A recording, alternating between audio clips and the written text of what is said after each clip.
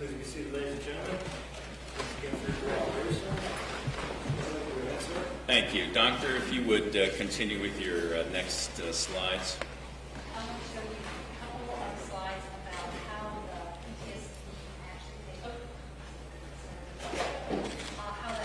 PTSD actually happens. Know in the unhealthy cycle here that the brain wires up automatically for the fight, flight, or freeze because relationships are unsafe and around the plasticity of the brain.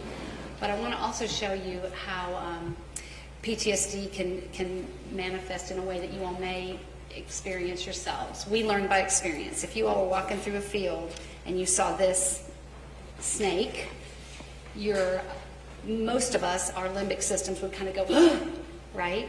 And we would start to have that response of wanting to fight, flee, or freeze. When I do this with audiences, I usually ask what your response would be. I'm a freezer. I just go, and ask my husband to do something about it. But in every group that I have, somebody runs and somebody fights the snake. So we all have different survival go-tos. But here's what happens. If we are walking in that same field the next day and we see this, our amygdala has encoded the features of the snake as black, round, kind of tubular, and kind of curved. The amygdala will make you startle. It will make you think that that is going to hurt you. But you have, hopefully, the kind of wiring in the brain where you go up to your prefrontal cortex and you check that out. And then you go, oh, it's a garden hose. And then you start to kind of relax, right? We've all had this kind of experience. In the brain that's wired with PTSD, where the amygdala is overreactive, and where there's dissociation, what happens in that brain, rather than encoding that as if it's something that was truly a threat to that person in their trauma history, what can happen is they never recover and see it as the garden hose. It's still a snake. And if it's still a snake, they have to take action and start killing or running. And is that what happened here with Mr. Kirkland, in your opinion, in the four matters? Yes, that is what I believe happened with Mr. Kirkland, because the way I was coming to understand even his own description, he was very confused by doing what he did. And it was like part of him wasn't there, and then it was back, and then he sees what he did, and then it was very confusing. And in each of the instances, there was a sort of a trigger that could have been a threat. He wasn't going looking for people to hurt. It was random, and it was in the context of fighting, or the context of hitting, or the context of those kinds of things. So it's, I believe that's what happened in this situation. So when we have a touch, a sight, a taste, or a smell, or a hearing of something, when anything in the environment goes first to that part of our brain, I meant to tell you that earlier too, anything in our environment goes first through that part of our brain to kind of filter it, am I safe? These senses don't come through the thinking part first, they come through that amygdala part first. And so that is what happens then is if it's a trigger and it comes in there first, we go immediately to fight or flee, and that thinking part of the brain just shuts down. It's not there. We can't access it if it's a true trauma trigger. And we get into this pumping of the adrenaline and fighting and fleeing and that kind of thing. So again, trigger of the yelling, of the seeing a knife, of the being hit, of the being bumped, of the being surprised, of the being scared, that could trigger that response in Mr. Kirkland.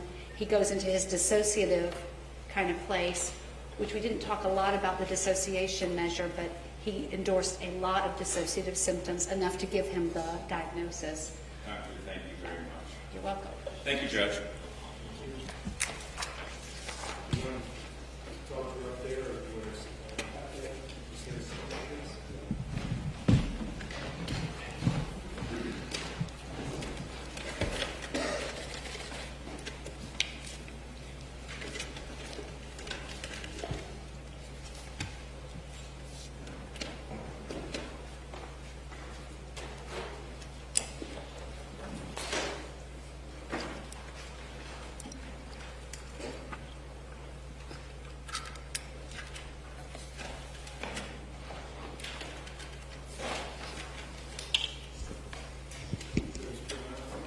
Thank you, Your Honor. Good afternoon, Doctor. Good afternoon. It's my understanding you presented at the Ohio Public Defender Death Penalty Seminar last fall or winter. Is that correct? I did. And are these some of the topics you spoke about? I did. Yes. And it was after that that the attorneys on this case contacted you to review their case. That's right. You were given certain items to review. Yes. Let me just go through my understanding from your report, what you were given. You were given a report from Dr. Wu about brain trauma. Is that correct? Yes. It's my understanding you were not given a report from Dr. Waxman, a deposition and report of Dr. Bolter, a deposition and report of Dr. Wright, or hospital brain scans that have been done in 2007 and 2009. Is that correct? That's correct. So Wu was your brain trauma person, based on what you were given. In terms of the records I read, but in terms of what I know about trauma and brain changes, that's just from my own background. But I'm talking about this case. What you were given to render an opinion on this case. I used the general literature for the opinion as well as Dr. Wu's, yes. Okay. You were given summarized statements of family members of the defendant, is that correct? Yes. Were you given the complete interviews that were done or just summarized statements? They appeared to be summarized. They were delineated by number points. Okay. Were you given criminal records of those individuals? No. Okay. It's also my understanding you were given a mental health report done by Gail Hellman and a report done by Nancy Schmidt-Gosling. Is that correct? That's correct. You were not given another report from Gail Hellman, a report from Scott Bressler, who was kind of serving at the first trial in the same capacity you are back in 2010, a report of Dennis Eschbach, who was serving in that capacity on a post-conviction hearing, and psychiatrist James Hawkins from 2018. Is that correct? Correct. And you were given records of the defendant, some records about him when he was locked up. Yes. Actually, I did see the Bressler report. The what report? I think I did see the Bressler report at some point. Okay. And you state at the end of your report that your report is based on what you were given, but if you reserve the right, if new information comes forward, to change your opinion. Absolutely. When you met with the defendant, you indicated he was preoccupied, and some other people that had met with him agreed with how unfair the system had treated him. Is that correct? At the second interview, he'd had a recent situation with the mental health medication situation that he felt was they weren't responding to him. But that's the only unfairness that I was talking about, or preoccupied with wanting to get his medication and feeling like they were kind of neglecting him. Do you consider him intelligent? A what? Do you consider him intelligent? Yes. In fact, I think you indicated average to high intelligent. Average to high average is what two different IQ tests indicated when he had been tested in prison. Okay. You indicated that his memory was overly general, lacked specifics, and again you stated his overall general memory without ability to give specifics about the crimes that he had committed. Is that correct? His the point I was making about memory was more about his memory around his childhood as well as crimes, but the point was that the salient pieces of it kind of fused together. So for example, with the father's abuse, he couldn't give me like specific this day, this time. It kind of was fused in a general way, which is often what I see with trauma memory, where there's been many times of the thing happening. So I think that's the place in my report where I was talking about general memory. Isn't it also consistent with someone that's just making it up? They don't have specifics. It just, I was treated like crap as a kid. You know, it could be that as well, and I was certainly looking at that, and that's why we got down to more specifics where he was able to remember things. the way Mr. Kirkland presented, he presented like a person who has had trauma. It's kind of like he didn't want to go there, but with sort of gentle persistence, he would try really hard. He didn't present like somebody who was just trying to make things up. But he may have been. There's always that possibility. You indicated in one of the exhibits you identified were some interviews of family members, specifically his mother, a sister, and a brother. Is that correct? Yes. Sometimes in your report, you made a general statement about family members said something, and then other times you would say specifically his sister, his brother, this. Is that correct? Yes. Isn't it accurate that any time you said family members, it was actually the defendant that was giving you that information? No, that would be information that I got from other reports that also said family members. I can think of the couple of places that is not specific. That was from the records.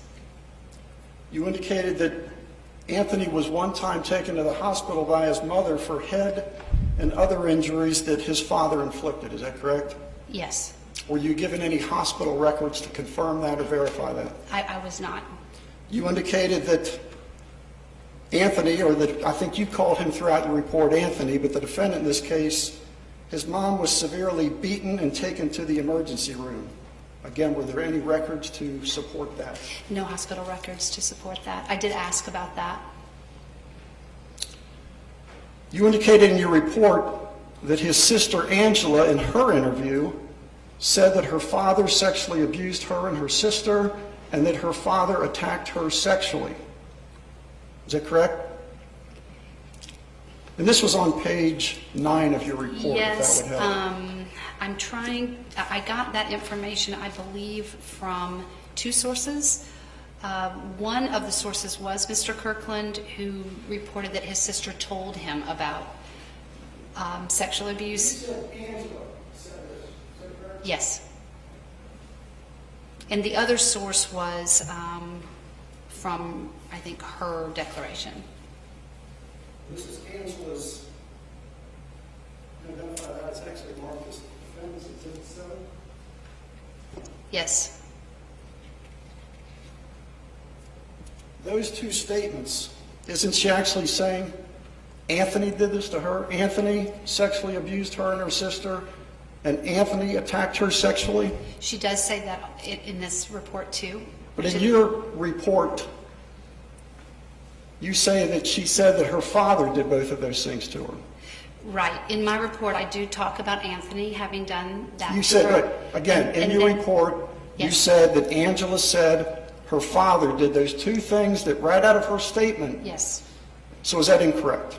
No, there's Mr. Kirkland told me that she told him that father had sexually abused her, and it's also Again, in... your report says that Angela said. Oh. You don't say that Anthony told me that his sister. You're saying that Angela, in her statement, said that. And that's not correct, is it? Page 9 of your report. Okay. His sister Angela reported that her uncle Frank Higgins raped her as a minor, and that is right here. Angela reported her uncle Frank Higgins would also have sex with her when she was a minor, and that goes on this one. So the other place, let's see. She also stated that her father sexually abused her and her sister, and that is not from this record. That is from what Mr. Kirkland told me she told to him, and I believe also in another record, and it might have been Dr. Bressler's. Again, that's not what you said in your report. Well, I didn't really source it. I can see that I did not source this information. You said Angela said it, and in fact, Anthony said it. Right, so it should say, according to Mr. Kirkland, Angela told him on that part. However, the Uncle Frank Higgins is consistent with this report. I think one of the items you've also seen is a pre-sentence report where the defendant basically did the same thing to another woman when he was 18 years old. Yes. And states exhibit 1963. The defendant, this was back in 1987, the defendant, the victim in this case, engaged in a verbal altercation. According to the defendant, she was teasing him, his uncle, who was her boyfriend, that they'd been having sexual intercourse, and at that point the defendant became angry, choked her to death, and then poured lighter fluid on her and set her on fire. Is that correct? Yes. You went to prison for that? Is that correct? I'm not sure that. Did you go to prison for that? I believe so. And while in prison, doesn't he have a history of making a lot of threats against nurses, against workers in the prison, threatening to kill them? So I have seen, just recently shared, before I wrote my report, from the 1980s, some reports of those kinds of threats during that prison stay, yes. The defendant said a lot about abuse that his father committed against himself, against other family members, against his mother. Is that correct? Yes. Have you reviewed his father's criminal record? I believe I saw that last night. And it looks to me, he's got a couple of speeding tickets, a short clear distance, some bad check charges. Is that correct? Yes. No domestic. Offenses involving domestic violence, alcohol, disorderly conduct, anything at all like that. Not that came in that record, no. The defendant's brother and sisters, they grew up basically in the same household? Yes. What kind of criminal records do they have? They also do not have extensive, they have speeding tickets. Speeding tickets.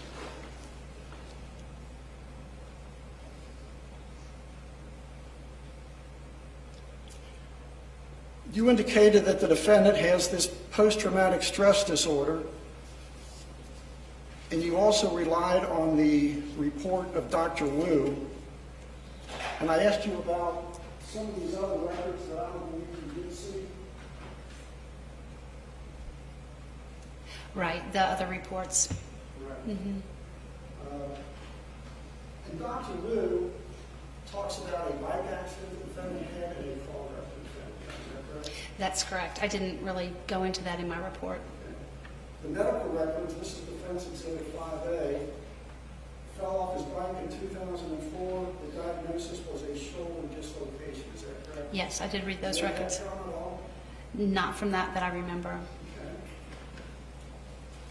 In 2007, he was in a minor car crash, and a brain scan or MRI was done at that point. Is that correct? Yes.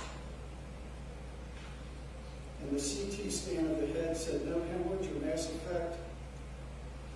And he does not have a significant head injury. Is that correct? That's correct, and I did not even put that in my report because I read those same records. But isn't it, you did rely on Dr. Wu then? Dr. Wu's MRI and PET scans were consistent with traumatology, with enlarged amygdala, smaller prefrontal cortex, very consistent with what I would have brought in even if I had never seen Dr. Wu's, but the consistency is something that I noted in my report. Dr. Wu attributed his brain trauma to these actions that he had. He attributed it to early childhood trauma as well.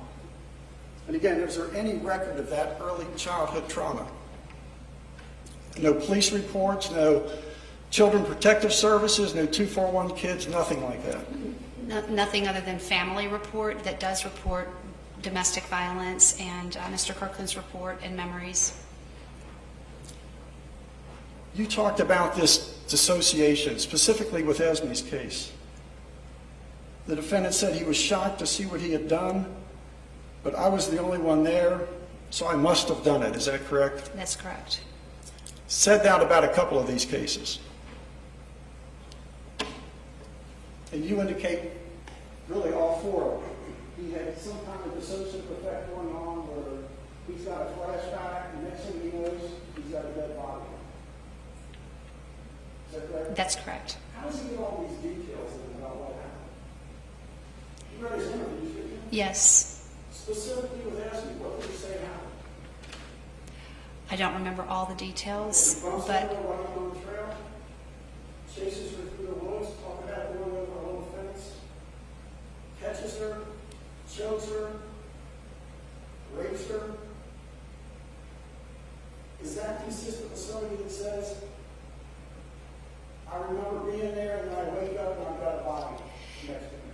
So the part that he did not remember were what was actually the crime of killing her, and he, Well, he talked about that too in his interview. Yeah, How he okay. took it. okay. So dissociation can come out, those parts that, dissociation has parts, and if a part is re-triggered to remember, that part can also be accessed. Isn't that inconsistent with this diagnosis? The one girl talked about driving up in Eden Park and they got into a fight. People Yeah. choked her out. Another one pulled a knife on her. And you say in all these cases, he dissociates, and after it's over, he just remembers something must have happened. So at the moment of having that trigger, the trigger that happens before the action of killing, that's where the amygdala is so overreactive and where the brain kind of goes away. There's usually some lead up to the fighting or the arguing or that kind of thing you're going to remember potentially, and then that's the trigger for changing into the dissociation. And my diagnosis of dissociation really comes off of the dissociative experiences scale, and the way he endorsed some of those symptoms. So the diagnosis is not because of what he told me necessarily about the crimes, it is more the measure I used, and then listening also and putting it together with the crimes. You made this diagnosis of post-traumatic stress disorder, is that correct? Yes. Are you familiar with the doctors who have previously worked on this case, who I classified him as having antisocial personality disorder? I did see that. In fact, Dr. Gail Hellman, who was working on a case, and actually this case in 2009, that was her finding on this case, was that correct? Yes. Dr. Scott Bressler, who was again, served as your role in the first trial back in 2010, that was his finding? Yes. Do you know what a post-conviction petition is? I don't. Okay, I'm not trying to trick you. In an appeal, or a criminal case is an appeal, and it can also be, it's kind of like a parallel thing where the original judge looks at new material that the defense wants to produce. Okay. And in this case, there was a Dr. Dennis Enschbaugh, who was the psychiatrist in that case. He also found antisocial personality disorder, looking at the same information you looked at.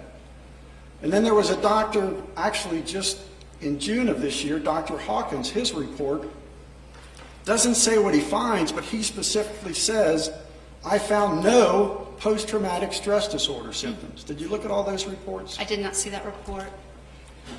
I do wonder about how he gathered his information, however. If he didn't.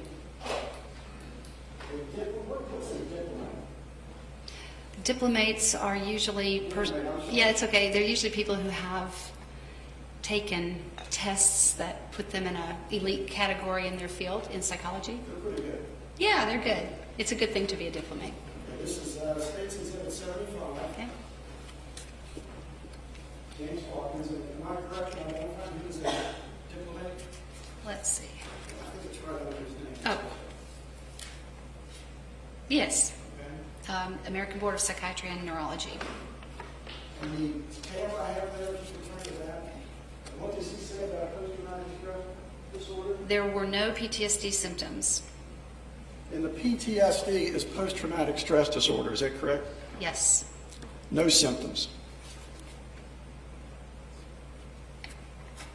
That was done like, 2 months ago. yeah, in June. And you did your report, what, March, April, May March and April. of this year? On page 19 of your report, you say, Anthony does not display a callous lack of empathy. Is that correct? Yes. And a callous lack of empathy is a characteristic of this antisocial personality disorder. Yes. We've got 5 women or girls that either raped or had involuntary sex with some of them, choked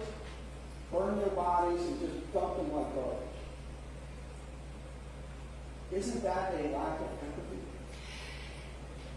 So What is empathy? Is it feelings for other people? empathy is the ability to put yourself in somebody else's shoes and to have some sense of, like, remorse would be a part of empathy. My thought about the antisocial personality disorder is that it does have features that are similar to those folks who don't have good attachment, because you do develop relationship and empathy through your attachments, so they can share that feature. I think that Mr. Kirkland shows some rudimentary forms of empathy, I believe I put in here. You said he does not display a callous lack of empathy. I'm trying to think of what would be a worse example of a callous lack of empathy than somebody that did what he did in these cases? So in these cases, he was impaired also with substances, which is a whole other layer of not really being able to access empathy. People that are impaired often cannot access empathy or think about other people at all. Well, whether he can access it or not, he has a lack of it. Wouldn't you agree? So in those cases, certainly he did. I noted some other examples where I think empathy, or I put rudimentary forms of empathy, are actually there, where he does show remorse and tearfulness and about his mother, what happened to her, about his victims, what he did. People with antisocial personality disorder typically externalize all the blame and they don't take accountability for their actions. If I talk about that a moment, about externalizing blame. Leola Douglas, the first victim, back in 1987, he killed her because she threatened to rat him out. According to him, they're having an affair, and that she taunted him. Cassandra Crawford, the reason he killed her is because she needed him and threw money at him. Mary Jo, he killed her because she argued and tried to hit him. Kimmy Rawlison, she tried to stab him. And Esme bumped into him. Isn't that externalizing the blame? Well, And you're saying he doesn't have antisocial personality disorder because he doesn't blame other people for what he did. He did that in every one of these cases. So I have conceptualized that as having the post-traumatic amygdala response, where he went into the fight mode. Did you say he doesn't have post-traumatic stress disorder? No. I'm sorry, this is antisocial personality disorder. That's one of the characteristics. So externalizing of blame, he takes accountability that he did do these crimes. He knows that it was a horrible thing. He's not saying, it was their fault. He kind of does. Well, he said, I did this in response to the hitting. That's where my conceptualization is, Okay. that it got into that post-traumatic reactivity of survival. In hindsight, he appears to have remorse and some sensitivity that I wouldn't necessarily see in somebody with antisocial personality disorder. And You also, I think on page 20 of your report, page 20, you said, unlike a con artist, which a antisocial behavior would have, when he was interrogated or questioned, he never asked for any type of negotiations. Remember that part? yes, I see that. So basically you're saying he's caught and he confesses. Well, he gave details that he didn't have to give about other crimes, and to me that was also a sign of not the antisocial. Okay. Are you aware that after Mary Jo and Cassandra were found back in 2006, he surfaced as a suspect because the police saw he had done something very similar years ago, brought him in and questioned him in 2007, and he totally denied either of these crimes. Are you familiar with that? I'm not recalling it, but I may have read that. Okay. When he was initially caught that night in the park, right after he had killed Esme Kenny, he gave them a fake name. You aware of that? Yes. When they found the items of Esme Kenny on him, he told them he found them. When they were trying to figure out where Esme might have been, he pointed twice in a totally opposite direction to try to mislead the police. When interviewed, he created some guy, Pedro or Paco or something, that he, for 4 hours, was telling them if anybody did it, it was him. Now, are you calling this, again, just basically giving it up as soon as they're confronted with it? Basically, An antisocial person wouldn't do what he did. And in this case, he really acted out what he normally did. He was being a commerce with them. In fact, but for Pete Willard out here, and but for the police going there and actually not taking his name and he's somebody else and searching his pockets, he probably would have got away with this crime too, wouldn't he? I don't know.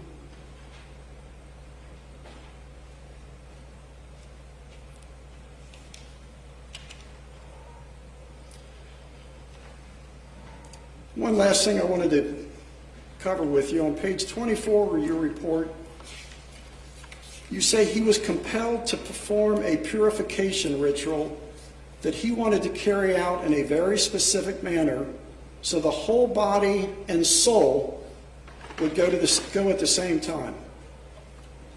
Is that correct? Yes. And I believe you also, in your report, he wanted his bodies to be correctly purified, and he was clear that he wanted to do certain rituals the right way in order to ensure the bodies were properly ritualized. Do Yes. you really believe this was a purification rite when he burned these bodies? And that's what you're saying. That is what I believe. He wasn't destroying evidence. I believe it was again, after coming to see what he did in a very distorted and sick way, trying to make that right for those. So he bodies. realized what he'd done wrong, and this is, God, I'm going to make this right. I'm going to purify these bodies I just killed.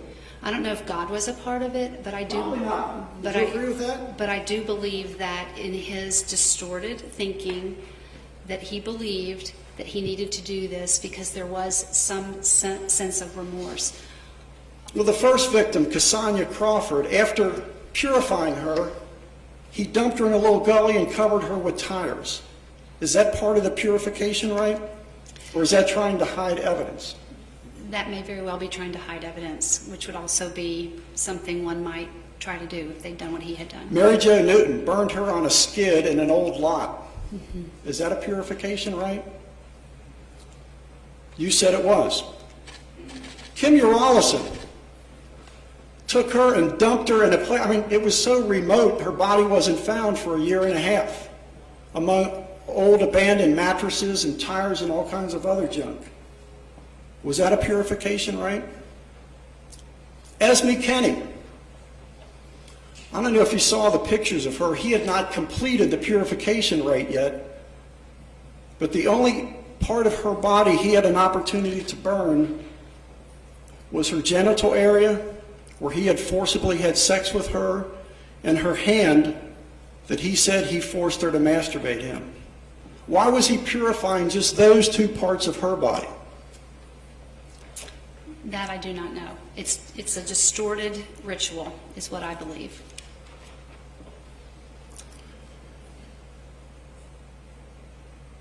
At the beginning of this, you indicated that you based your opinion just on the material you received, which was pretty limited compared to some of this other material we pointed out to you. And you indicated that if new data sources become the basis for a new opinion or shed additional light on what he had done, you will disclose such new opinion. Is that basically what you say at the end of your report? Yes. We've got 5 brain scans and MRIs now showing that he was normal, contrary to Dr. Wu, who you relied on for that part of your opinion.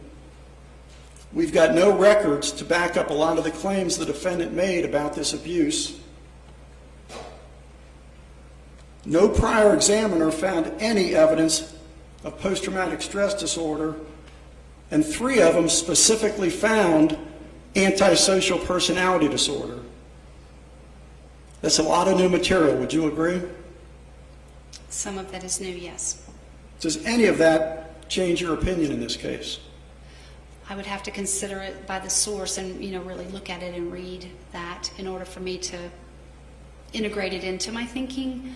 I would say that there's a lot of consistency from many mental health people in their reports about the childhood abuse, about the reactions Mr. Kirkland has to the childhood abuse. There's so much consistency to that, and Yes or no, I'm sorry. I guess if it changes your opinion. that does not change my opinion today, but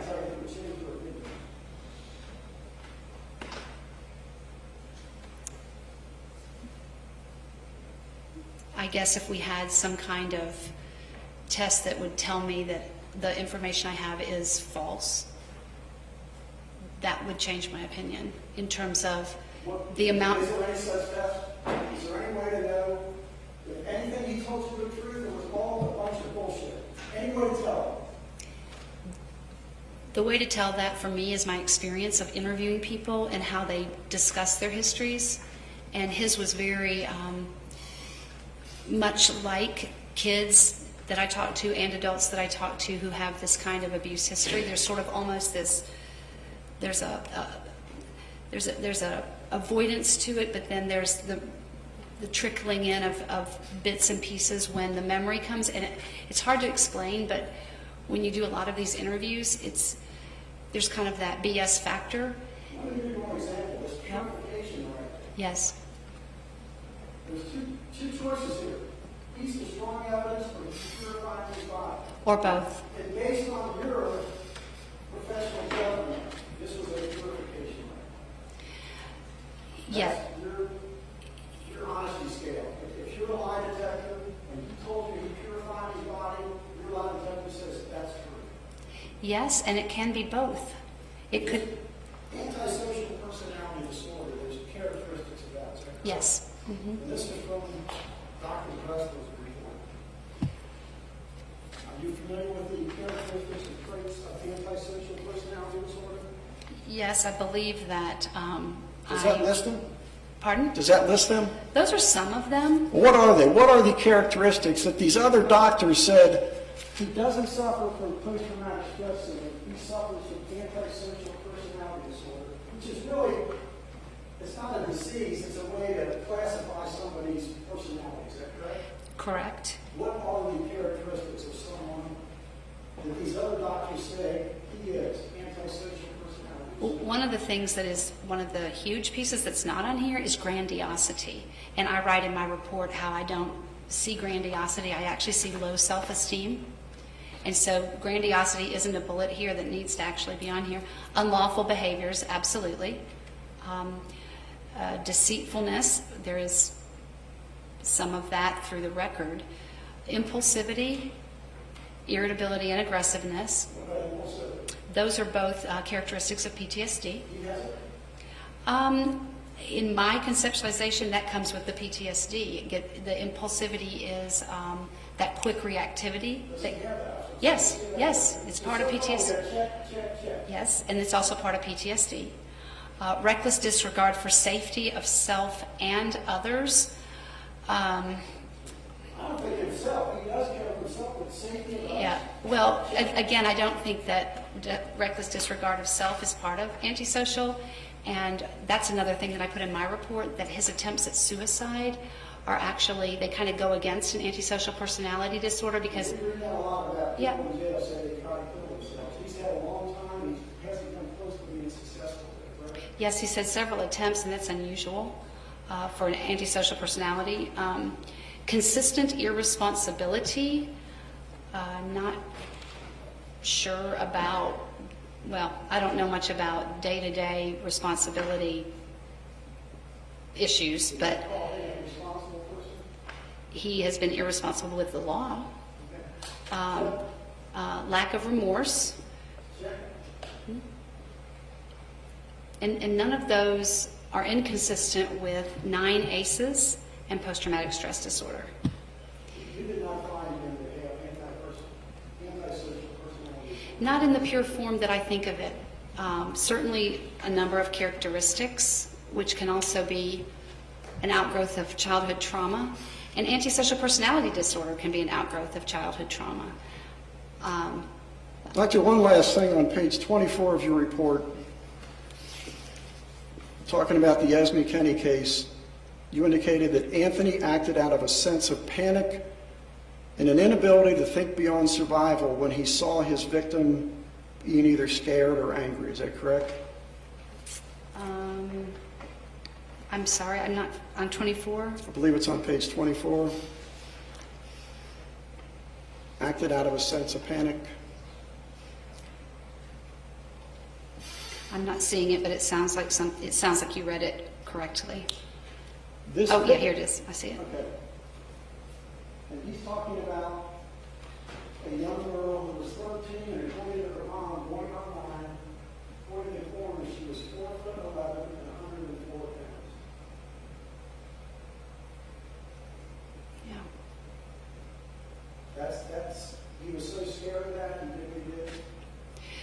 Again, if we think from the conceptualization of the amygdala encoding features, those features could have been just like his mom's scared face, and it's what it sounds like happens to him in each of these situations. Then why hasn't everybody he's come into contact with, why hasn't he killed them? With a heck of a lot more people scared and 4'11", 104 pound as Kenny that he didn't kill. Is that correct? Yes. Did he kill people when he's alone with them? He's got the opportunity, he's got a chance to get away with it.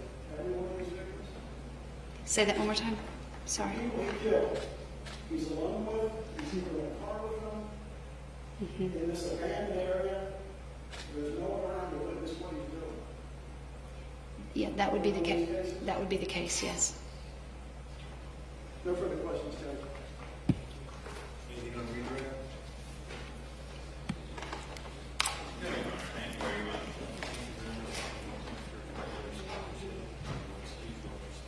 Okay. Thank you.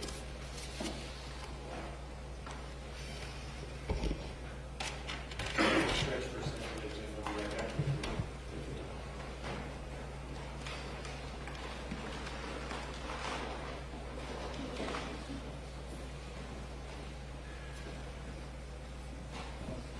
While they're stretching, can I see council sidebar for just a second? I'm going to go on the record, so procedure situation.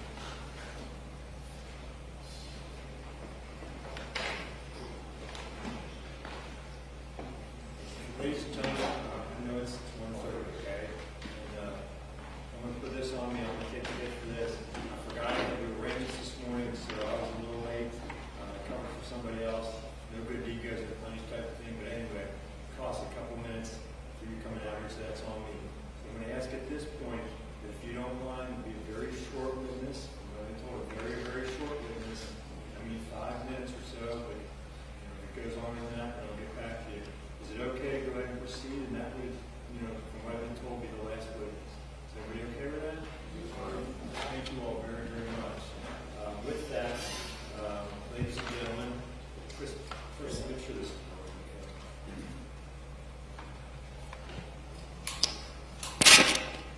It is.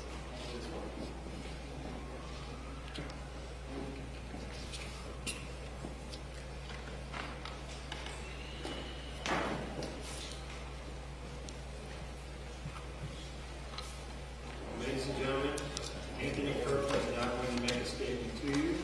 This is, as the law requires, an unsworn statement and is not subject to cross-examination. So we'll have you stand, okay? Stand.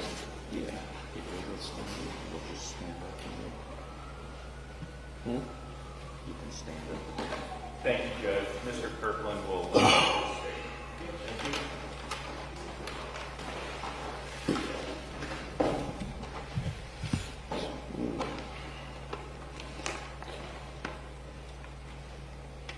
Start. Yes, sir. All right.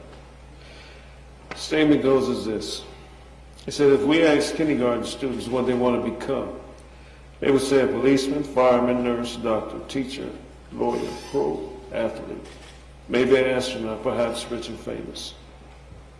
Those kindergarten students will not say they want to become abused by those who are or who should be caring for them and protecting them from the beginning of their early lives, nor become involved with drugs and alcohol early in life, to cope with the lack of a sense of comfort and belonging. Nor would they want to cause others and themselves enormous grief as a goal in life. nor would they say they want to become someone where I am within this moment in time. I am responsible for the deaths of Cassandra Crawford, Mary Jo Newton, Kemley Robinson, and Esme Kenny. I cannot offer an explanation for my atrocious acts. I understand I have hurt so many people with these horrible crimes. To all the families, friends, and loved ones of those hurt and still hurting from my behaviors, I am truly sorry for your pain. Please understand, though, I am not here to beg for mercy, nor your forgiveness.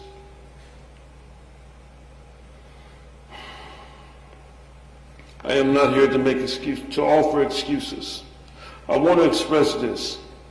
We are all harmed, if not hurt, throughout our lifetime.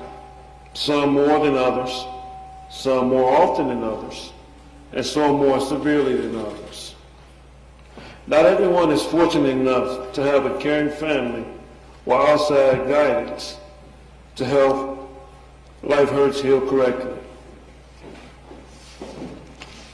Those without essential guidance use whatever devices are available to ease their pains, becoming more damaged than before.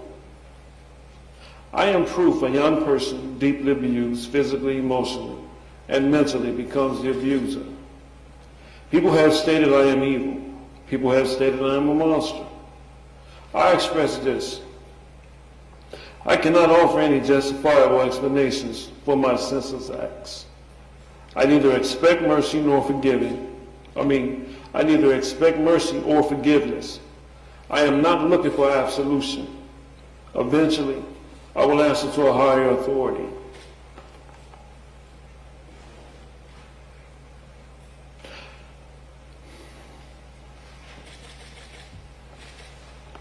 I do not blame you if you kill me. I do not deserve to live. But please spare my life. That's it, Judge. Thank you, Your Honor. Your Honor, at this time, the defense would rest. Thank you. Anything further from the state? Okay, all right, thank you all very much. I think with that, ladies and gentlemen, I need to tell you some things now. Probably have an idea of what's coming here, but please bear with me for a little bit. Ladies and gentlemen, as you know, the law requires that you are to be sequestered during the time you are involved in deliberations. The court, all court personnel, and members of the Sheriff's Department have done a great job so far. We'll do our best to make your period of being sequestered as convenient and as comfortable for you as possible. However, there are certain rules and procedures that must be followed when a jury is sequestered. All the information you need to know regarding sequestration will be provided to you on Monday. For now, please accept the following information so that you're ready to roll on Monday. Number one, please bring with you on Monday, that's everybody, please bring with you to the jury room on Monday all clothes, medication, toiletries, etc. necessary for a 1 to 2 day-night stay at a local hotel in a private room. If the deliberations go for more than 2 nights, we will make arrangements for more clothes, supplies, etc. to be brought to you at the courthouse. Or you can bring stuff that you feel is necessary to carry on for even more than 2 days. It's up to you. The second, be prepared. This is a tough one, okay, but it's part of the thing you need to work out. Be prepared to surrender any cell phone, iPad, computer, etc. to my bailiff, Chris, for safekeeping during your sequestration. Please know that at the hotel you will have access to these devices, but it will be under the supervision of either Chris or the deputy. You'll be able to use them. I'll get into this a little bit more on Monday. Please bring chargers also if necessary to keep your phone and whatever alive. Parking. Okay. The deliberations do require sequestration. Starting Monday, you will be taken from the courthouse to the hotel and in the morning brought back to the courthouse. You will not have access to your car until your deliberations are complete. So please plan your parking accordingly. I know that's not easy. The best case scenario, ladies and gentlemen, has been done in the past, is to have someone drop you off on Monday morning and to pick you up at the end of deliberations. I know that is not an option for everyone. I understand that. Also know the Sheriff's Department is great, always has been great, in making sure at the end of this that everybody gets safely to their car if they need to park their car. Chris has indicated to me, did you hear anything yet about the parking? was told that if they got their appointment with the AD lot, that Cynthia would provide them with a pass that would make the 24-hour parking free. Did everybody hear that from Chris? Okay. Chris, why don't you stand up and tell them here? From the, If you park at the A&D garage here on Sycamore, the county will give you a pass that makes that parking free for 24 hours or even 48 hours. The only problem with that garage is, as you know, is on Monday, it fills up quickly, so you have to get there early to get a spot. thank you. And Chris can tell you later where it's right down the street, the A&D parking situation.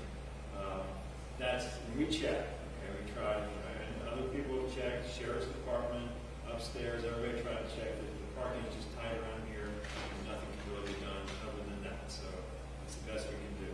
All right, again, ladies and gentlemen, the sequestration period starts as soon as your deliberations begin, okay? So we anticipate Monday bringing lunch to you, because your deliberations should be underway at that point, and then going from there. All meals, snacks, drinks, whatever that you need, okay, once the deliberations start, will be provided to you.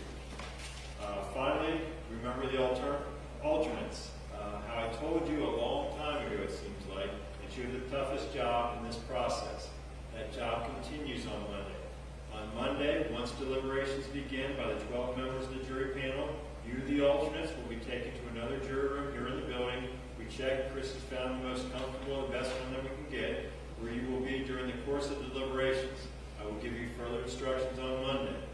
Other than the actual deliberations, ladies and gentlemen, that are alternates, you will be involved in the same process as all the other jurors. In other words, bring your clothes, bring your luggage, whatever you need because you're going to be staying at the hotel.